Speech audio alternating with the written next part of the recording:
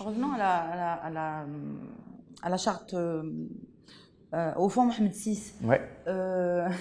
Donc, je sais que vous êtes en discussion avec les équipes du fonds. Où en êtes-vous aujourd'hui et comment les choses sont en train de se développer? Alors, merci Sana pour votre question. Au niveau de l'AMIC, on a eu la chance d'avoir été consulté à plusieurs étapes avant l'opérationnalisation du fonds Mohamed VI pour l'investissement, à l'époque où c'était une décision royale et après ensuite, il a fallu que le ministère des Finances, avec l'aide de la Banque mondiale, réfléchisse à comment le rendre opérationnel. Donc nous, on avait fait au niveau de l'AMIC un certain nombre de propositions.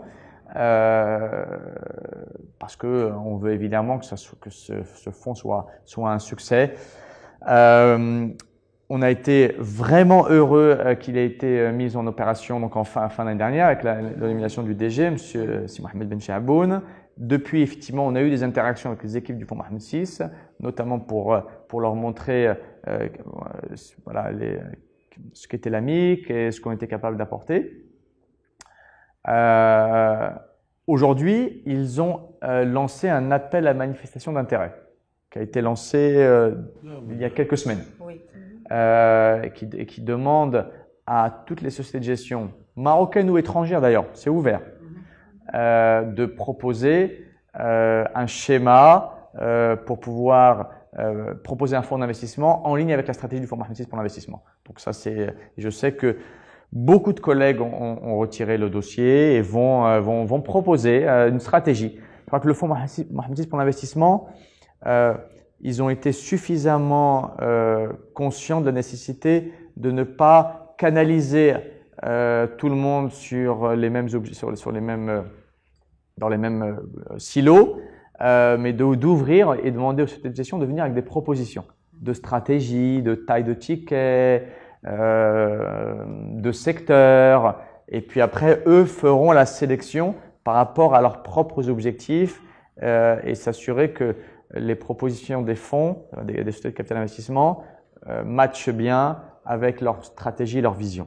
Donc ça c'est en cours, Sana, c'est en cours et il me semble que les réponses sont attendues pour début juillet. Et ensuite il y aura un processus de sélection et ensuite un des grands enjeux et ça a été clair depuis le début pour le fonds des équipes du fonds Mohamed VI pour l'investissement, c'est de confier de l'argent uniquement à des sociétés de gestion qui ont un track record de réussite. Donc c'est pas de l'argent qui a vocation à être perdu, c'est de l'argent d'État, donc c'est de l'argent qui a vocation à générer de l'argent. Ça c'est vraiment, je pense, pilier numéro 1. Et le deuxième pilier, c'est que c'est un argent qui va venir en accompagnement d'autres investisseurs. Donc, il faut absolument que les sociétés de gestion soient capables de lever de l'argent auprès de privés en parallèle du fonds Mohamed VI pour l'investissement. Donc, donc ça reboucle avec la discussion qu'on vient d'avoir sur les instituts marocains. C'est évident que les équipes qui vont bénéficier du financement du fonds Mohamed VI pour l'investissement vont aller voir les instituts marocains pour leur demander de participer à leur projet. Et donc, j'espère vraiment qu'ils joueront le jeu.